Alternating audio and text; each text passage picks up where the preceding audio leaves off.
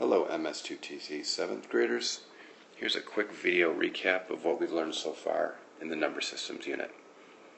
You were given these 24 cards and asked to split them into two groups. One group was going to represent real numbers, the other group was going to represent non-real numbers. You were also given a clue that two of these cards were not real. After discussing it with your group for about 5 to 10 minutes, we concluded that the following two cards were not real numbers. The 7 divided by 0 and the square root of -16 were not real numbers. Now, a few groups grabbed a calculator to test these numbers, and that's how they discovered that they were not real. They were the only two cards that did not give us a number back when we typed them into a calculator.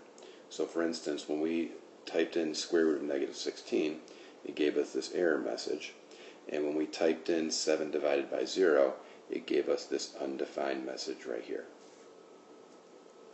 Now, you don't necessarily need a calculator in order to find out that these numbers are not real if you understand how they operate. Let's start by looking at the square root of negative numbers. What the square root sign means is it's asking you what number times itself, in this case, is 16. And that's clearly 4. 4 times 4 is 16. We could go with another easy one like the square root of 81. And what this is asking you right here is what number times itself is 81. And in this case, it is clearly 9. However, when we take the square root of a negative number, such as this, square root of -16, it's still asking us the same question. What number times itself is -16? If we go over to the side and test a few numbers out, you're going to see that 4 times 4 is equal to 16, not -16. And another guess would be that -4 times -4 would work, but -4 times -4 is also positive 16, not -16. So there is no such number that you can multiply by itself and end up with a negative answer.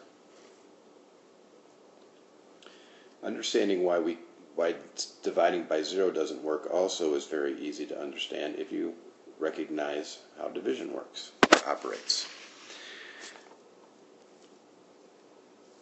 When we look right here at dividing by 0, what division means is take these objects right here and divide it into this many groups. Now, the minimum amount of groups that you can divide anything into is 1, not 0. So when you type 7 divided by 0 into a calculator, your calculator doesn't really understand what you're asking it, and therefore gives you an error message.